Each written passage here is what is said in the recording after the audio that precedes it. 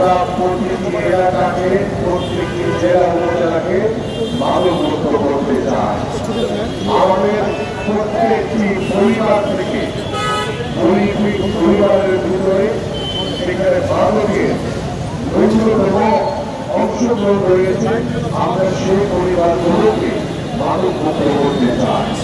এই জন্য আমি আমাদের অর্থ এলাকা প্রত্যেকটি সাধারণ মানুষ, আমাদের নেতা কর্মী সকলের কাছে আমি আন্তরিকভাবে সহযোগিতা জ্ঞাপন করছি। আমি বলতে চাই, মাদক এমন একটি চোদন, যে চোদনের কারণে আমার জীবন, আমার মৃত্যু, আমার অকাল পরিণতি স্বীকার করতে হচ্ছে।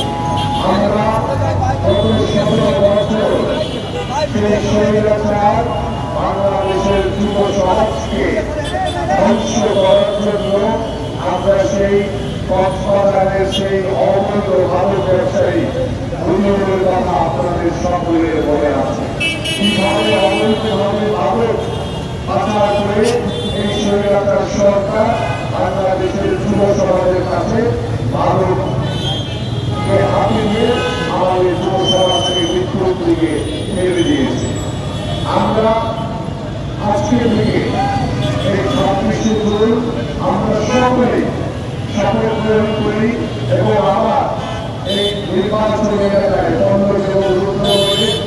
যেখানে যেখানে বিভিন্ন আমাদের কাছে ইনফরমেশন রয়েছে, যেখানে মাদকের সেবন করা হয়, মাদক ক্রয় বিক্রয় করা হয়, সেগুলো আমরা আইন শৃঙ্খলা বাহিনীর সহযোগিতা নিয়ে আমরা আমাদের সেই মাদক সেবনকারী এবং মাদকের বিক্রির যে স্থানগুলো রয়েছে সেগুলোকে আমরা ধ্বংস করতে চাই এবং আমরা মাদক মুক্ত আমাদের এই সমাজকে গড়ে তুলতে চাই। কারণ গত 17 বছর আমাদের এই যুব সমাজ মাদকের দলাল গ্রাসে আমরা অনেক পরিবারের কান্না দেখেছি, অনেক মা বাবার কান্না আমরা দেখেছি, অনেক যুব সন্তানকে আমরা দেখেছি কিভাবে তারা অকাল মৃত্যুর দিকে চলে চলেছে। আমরা এই ধরনের অকাল মৃত্যু আর দেখতে চাই না। এখানে আমরা একটি স্লোগান দেখতে পাচ্ছি, যদি আমরা ভারতে ভালোবাসি তবে আমরা ভারত স্পর্শ করতে পারি না, কারণ ভারত ভারতে কাটায়। এই বিষয়টি যদি সন্তান হিসেবে আমার বাবা মার প্রতি আমাদের কর্তব্য যে দায়িত্ব, সেটা যদি আমরা উপলব্ধি করতে পারি, আমি দৃঢ়ভাবে বিশ্বাস করি আমরা কখনোই মাদকের ধারে কাছে যেতে পারি না।